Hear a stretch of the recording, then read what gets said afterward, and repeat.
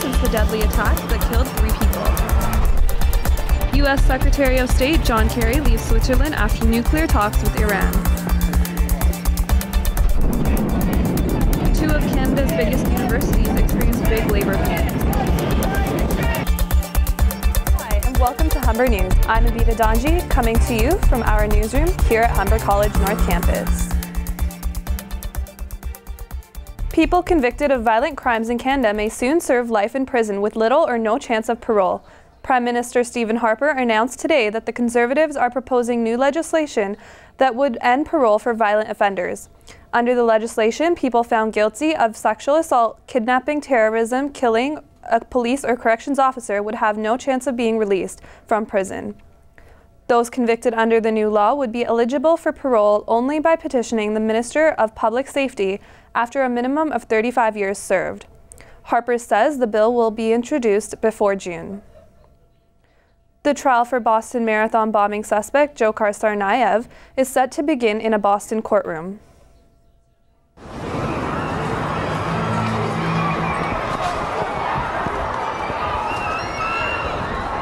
The 21-year-old is charged with killing 3 people and injuring more than 250 others with homemade bombs in April 2013. The jury was selected yesterday. Reports say the defense will paint a picture of a younger sibling submissive to his radicalized older brother. He died in a police shootout days after the bombing. If found guilty, Tsarnaev faces life in prison with no parole or the death penalty. The latest talks with Iran have ended for the day. It was the 3rd straight day officials have met to discuss a potential nuclear deal. It all comes a day after Israel's Prime Minister Benjamin Netanyahu sparked global reaction over remarks he made to Congress. In Ramallah, Palestinian leaders gathered today to debate security coordination with Israel and a possible suspension of the current agreement. Relations have grown increasingly brittle since U.S.-led peace talks collapsed in 2014. Iranian politicians echoed those concerns in Parliament today. Their speaker says if Israel chooses unilateral action against Iran, its military will respond with force. U.S. Secretary of State John Kerry, meanwhile, says he will return to Iran next Sunday for additional peace talks. Ukrainian officials have confirmed more than 30 workers are dead after a coal mine explosion in Donetsk. Warning, this story contains graphic images. Ivan Lazarenko is one of the miners who got out alive after the explosion this morning. He says the explosion was so powerful it threw him 3 or 4 meters. Officials previously said about 70 people were trapped in the mine. It is unclear if some of them are now being listed among the dead. Doctors say many of the victims are in critical condition. This particular mine has a history of fatal accidents. In 2007, 106 people were killed from an explosion there. Meanwhile, emergency services in Ukraine are taking advantage of the lull in fighting to clear the region of Donetsk of unexploded shells and landmines. The recent ceasefire agreement in Ukraine has reduced the level of violence in the country, but explosives can still be found scattered along areas of recent combat. Donetsk emergency services have been constantly getting reports of suspected landmines and unexploded shells. Workers must carefully probe the landmines before defusing them and sending them away for demolition. The crew has destroyed more than 500 explosives in the past month. From disposing of explosives to disposing illegal ivory in an effort to crack down on poaching and trafficking, the President of Kenya has set 15 tons of tusks on fire. Ivory trading has surged since 2007. As many as 35,000 elephants die each year from poaching.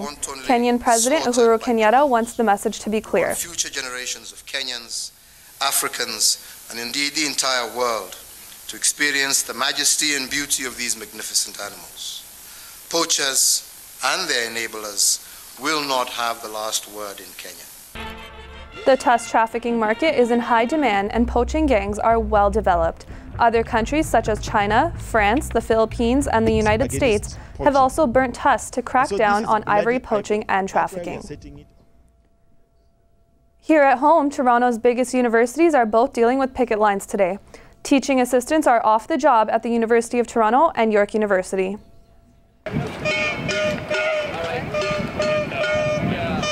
TAs at 3 University of Toronto campuses started picketing Monday morning. The university says campuses will remain open and classes will continue. At York, TAs and contract employees went on strike yesterday, which has led to most classes being cancelled. The union says it thinks it can come to an agreement sooner rather than later. No worries about paying the increased TTC fares on this bus, but you might have to worry about your destination. A driverless TTC bus has been caught on camera rolling through Bathurst Station last night. It slid through the street until hitting a parked truck. The driver was said to have left the bus to use the washroom, but the brakes did not engage. The video was captured by a TTC rider who has nicknamed the vehicle Ghost Bus. Age is just a number for some, especially for the world's oldest person in Japan.